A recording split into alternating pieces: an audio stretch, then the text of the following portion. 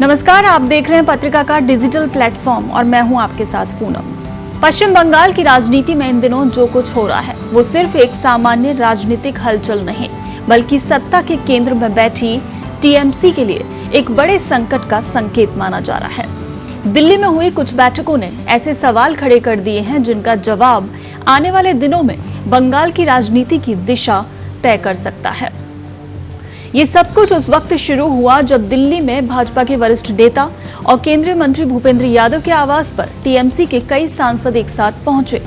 Party की ओर से इसे शिष्टाचार मुलाकात बताया गया, लेकिन राजनीतिक जानकार इसे महज औपचारिक मुलाकात मानने को तैयार नहीं। कारण साफ है, क्योंकि इस बैठक में शामिल लोगों के नाम और उस समय का राजनीतिक माहौल। सबसे ज्यादा चर्चा सुखेंदु शेखर रॉय की मौजूदगी को लेकर हुई। सुखेंदु शेखर रॉय हाल ही में राज्यसभा सदस्यता से इस्तीफा देकर पहले ही संकेत दे चुके थे कि उनका टीएमसी से मोहभंग हो चुका है, और ऐसे में उनका भाजपा नेता के घर पर अन्य सांसदों के साथ दिखाई देना राजनीतिक गलियारों में नई चर्चाओं का कारण बन गया। दिल्ली की इस बैठक के बाद घटनाक्रम और तेजी से आगे बढ़ा। शाम को शताब्दी रॉय के घर पर कथित तौर पर बागी सांसदों की एक और बैठक हुई। दावा किया गया कि इस बैठक में पश्चिम बंगाल विधानसभा में विपक्ष के नेता शुभेंदु अधिकारी भी मौजूद थे। वहीं टीएमसी सांसद काकोली घोष ने ये कहकर नया संकेत दिया कि लगभग 20 सांसद प्रदेश के विकास के लिए केंद्र सरकार के साथ मिलकर काम करना चाहते हैं। अब यहीं से ये सवाल उठने लगा कि क्या ये वास्तव में विकास से जुड़ा प्रयास है या फिर पार्टी के भीतर चल रही असंतुष्टि का सार्वजनिक रूप। सुखेंदु शेखर रॉय के आरोप आखिर क्यों महत्वपूर्ण है, ये समझना भी जरूरी है। तो राजनीति में किसी विपक्षी नेता का आरोप उतना असर नहीं डालता जितना असर किसी अंदरूनी व्यक्ति की आलोचना का होता है। सुखेंदु शेखर रॉय वर्षों तक टीएमसी का हिस्सा रहे हैं, और जब उन्होंने इस्तीफा दिया तो सिर्फ पद नहीं छोड़ा बल्कि पार्टी की कार्यप्रणाली पर भी गंभीर सवाल उठाए।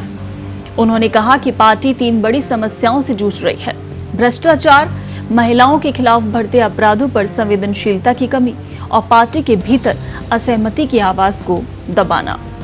यह आरोप इसलिए महत्वपूर्ण है क्योंकि ये किसी बाहरी राजनीतिक विरोधी की ओर से नहीं, बल्कि लंबे समय तक पार्टी के भीतर रहे नेता की ओर से लगाए गए हैं।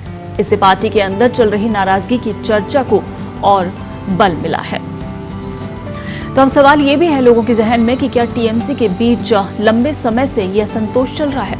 राजनीतिक सूत्रों का ये मानना है कि ये विवाद अचानक पैदा नहीं हुआ। पिछले कई महीनों से पार्टी के भीतर अलग अलग स्तर पर असंतोष की खबरें सामने आती रही हैं। कई नेता सार्वजनिक रूप से भले ही चुप रहे हों, लेकिन अंदर खाने संगठन और नेतृत्व शैली को लेकर नाराजगी की चर्चाएं लगातार होती रही हैं। सबसे चौंकाने वाली चर्चा उन दावों को लेकर है जिनमें कहा जा रहा है कि पार्टी की बड़ी संख्या में विधायक एक अलग शक्ति केंद्र की ओर झुकाव दिखा रहे हैं। हालांकि इन दावों की स्वतंत्र पुष्टि नहीं हुई, लेकिन राजनीतिक गलियारों में इन्हें गंभीरता से देखा जा रहा है। इसका एक संकेत हाल ही के उन आयोजनों से भी जोड़कर देखा जा रहा है जिनमें ममता बनर्जी ने पार्टी नेताओं और सांसदों की बैठक बुलाई थी। बताया जा रहा है कि अपेक्षा के अनुरूप उपस्थिति नहीं रही और कई नेताओं ने विभिन्न कारणों से दूरी बनाए रखी। राजनीति में कई बार अनुपस्थिति भी संदेश देने का एक तरीका मानी जाती है। अब टीएमसी में ऋतुव्रत बंदोपाध्याय की भूमिका आखिर क्यों चर्चा में है, क्योंकि इन पूरी घटनाओं के बीच में एक नाम जो है वो ये लगातार चर्चा में बना हुआ है, वो है ऋतुव्रत बंदोपाध्याय। उन्हें असंतुष्ट खेमे की संभावित आवाज के रूप में देखा जा रहा है। उन्होंने दावा किया कि पिछले कुछ समय से टीएमसी के कई सांसद उनके संपर्क में हैं। इतना ही नहीं, दिल्ली में जिस समय सांसदों की बैठकें चल रही थी उस दौरान भी उनकी कुछ सांसदों से बातचीत हुई थी। और यदि ये दावा सही साबित होता है तो इसका मतलब ये होगा कि जो कुछ दिल्ली में दिखाई दिया वो अचानक नहीं हुआ है, बल्कि उसके पीछे पहले से चल रही राजनीतिक गतिविधियां थी।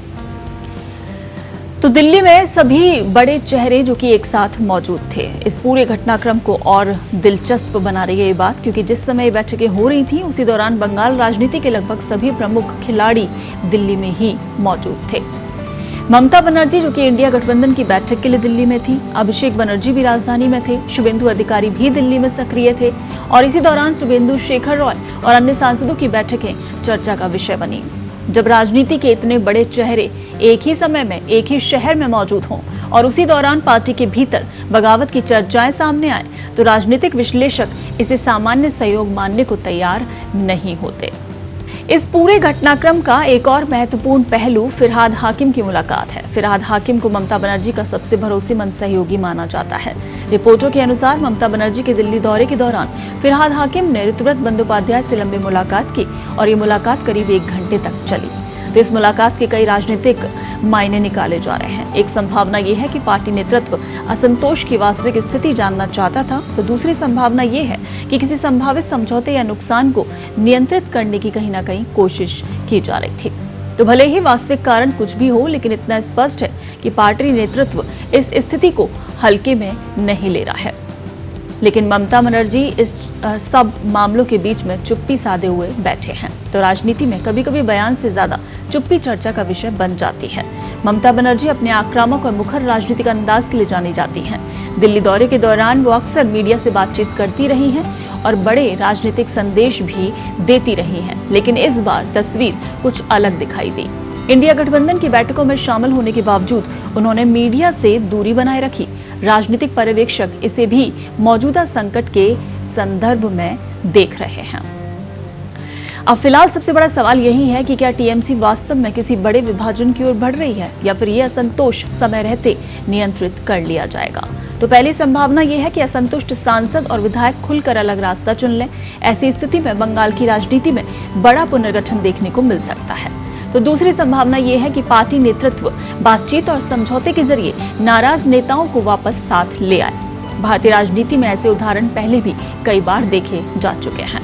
तो फिलहाल इतना जरूर कहा जा सकता है कि दिल्ली में हुई बैठकों, नेताओं की गतिविधियों, अंदरूनी आरोपों और राजनीतिक चुप्पी ने पश्चिम बंगाल की राजनीति को एक नए मोड़ पर लाकर खड़ा किया है।